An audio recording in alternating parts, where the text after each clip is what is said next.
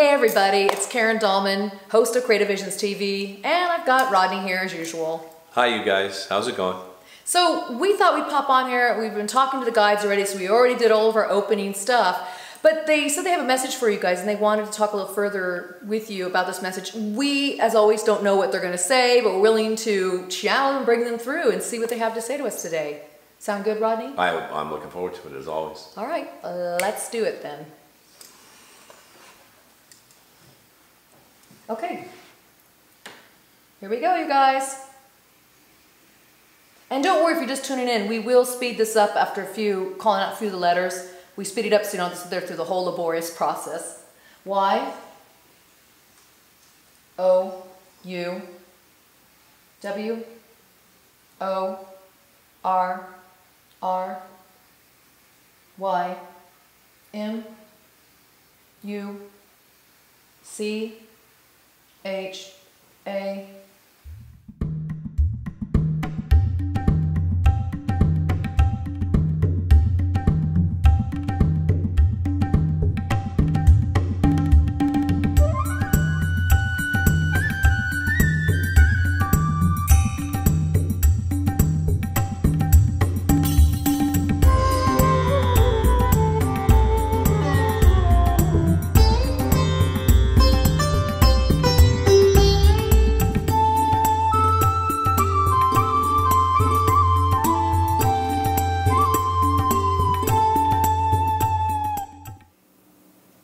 Okay, wow, that was a long one, you guys. What do you think? Yeah. Long. Okay. I always know it was long because I can feel it in my shoulders. Right, okay, because you get tired in your body. I know it's long because it's hard to say the letters and keep writing. Okay, so this is what they said. Again, I have no idea what they're saying, but here we go. You worry much about your native people, and you often feel much guilt for the treatment of these people, with little thought towards those that came before them, and were those that were responsible for teaching them about spirits. These natives,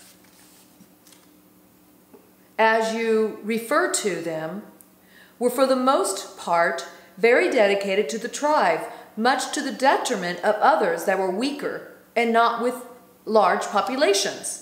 They took many as slaves and many were killed. It is through all of this that many remembered the teaching of those that came before them. Though those that came before were much larger, they were peaceful and dedicated to spirits. They became easy prey for them. Many warring tribes, let me go back. They became easy prey for them, the many warring tribes, and were completely destroyed, while their messages lives on.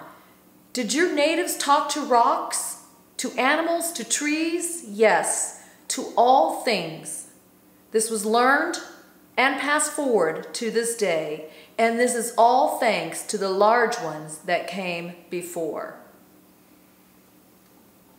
I'm actually getting chills a little bit. That's yeah, I did too. I got it through my body. That's an amazing message, you guys. Oh boy, there was this group of beings. I'll tell you a story here. There's a group of beings when I was a child that used to come visit me in my room. I had to be like asleep, but then I'd wake up, and I refer to them as the guardians, and they are the tall ones, I call them. Over the years, that was way back in the 70s. Now, over the years, I keep hearing people talk about the giants. They uncover all these giant bones, like in the Catalina Island, which is right out here. And bones, actually in the mounds all over the world, these large skeletons. And then I keep meeting people who also refer to them as the tall ones. So this is what I knew from a very young age. They were loving beings. They would enter my room. They would talk to me. I could hear them telepathically. I really thought they were talking out loud, but I learned later it was all telepathic. Nobody else could hear them or see them. And it was just a progression of different beings that I used to see. I haven't really shared too much of that story before, but this reminds me of that. So what we're hearing here is that we tend to go back just a couple generations and we forget some of the history before that because we don't know it. It's been wiped clean, hasn't it? Sure has. I mean, you used to like that Hunting the Giant. That Right, giant the program? TV show, Hunting Giants. Yeah, was that what it's called? I can't remember. But Yeah. he used to tell me you'd watch that, and I'd watched it before too.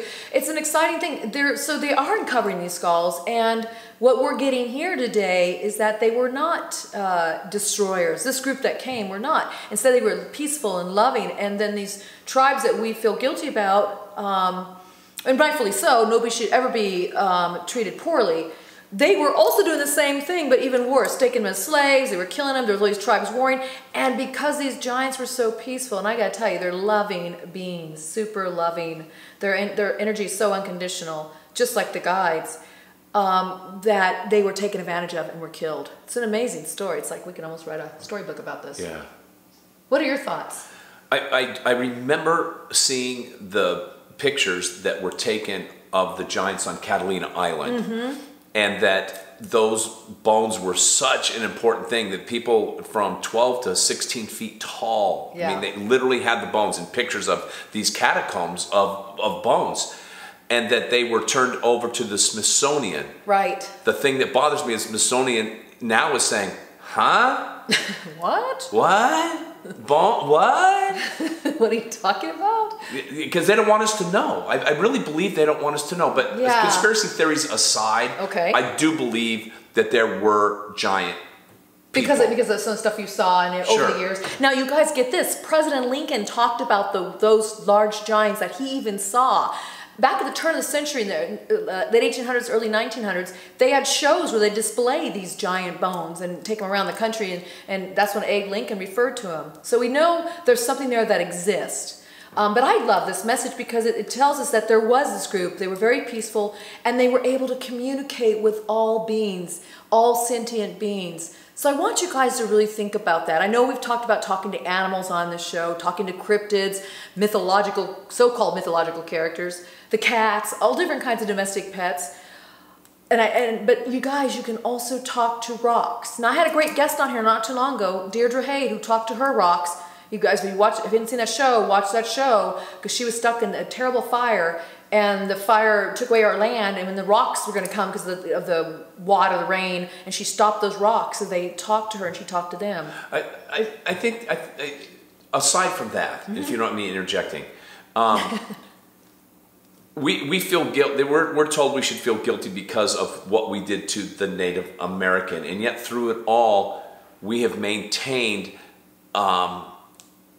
in their tradition, the tradition of spirit, right? And we still consider that's lived through all of that and lived through us through all of that. We've learned a lot from the native tribes because of their culture. And they did this, and what they're saying is they did the same thing to people before them. Yeah, right. We didn't invent that. We did it. It was wrong, but we didn't invent it. No, we got to understand this has been going on for I don't know, thousands, millions of years, most likely. I mean, we don't really know the whole age of all this. But that they were able to, through all their warring, through all their enslavement and slavery, they were able to carry on that message of spirit. Tradition. They held on to that, didn't they? They learned it from them, and then since they were weaker, took them over. And the giants they're like, no more. We don't think they exist. But some of us know better. Anyway, I think that's a great message for us to think about. The message to me really is that there were these other beings. They are called the large ones, or the tall ones, or the guardians, I call them, and that they were able to commune with all living things. That everything is sentient, everything has an awareness, everything has a consciousness. Think about that when you're doing your own journeying or channeling, or automatic writing, or just bringing the information through, however you do through dreams. Think about connecting with all of life. The native cultures around the world teach us that this is so important. And all those of us who might be part of that culture, or those of us who really enjoy that culture and appreciate that culture, soak that in for yourself. We're connected to that. We're somehow connected to this ability to communicate with all things. So some people want the eagle to be their spirit guide, sure. or some people want, but what if it's really a rock? What if the message from the rock is to say, stand fast, you know? You can have a spirit rock, you guys. Back in the 70s, we had pet rocks. We did have pet rocks. Yeah, we did. But this is spirit rocks now. But but it's funny. I laugh. The truth is, the rocks are alive. I mean, it's Earth. It's Gaia. It's alive. The trees are alive. It's all alive. It's a beautiful message. Yeah, I liked it. Yeah. So anyway, leave your comments below. Just think that everything is alive and you have an ability to connect with it, and as it has an ability to connect with you. Let's learn what the natives and their forefathers taught them, or their predecessors taught them, who were the large ones. Well, thank you guys so much for joining us. This is Karen Dahlman, Creative Visions TV. Rodney. So long, you guys. Thanks so much for listening. Yeah, thank you. Bye-bye, you guys.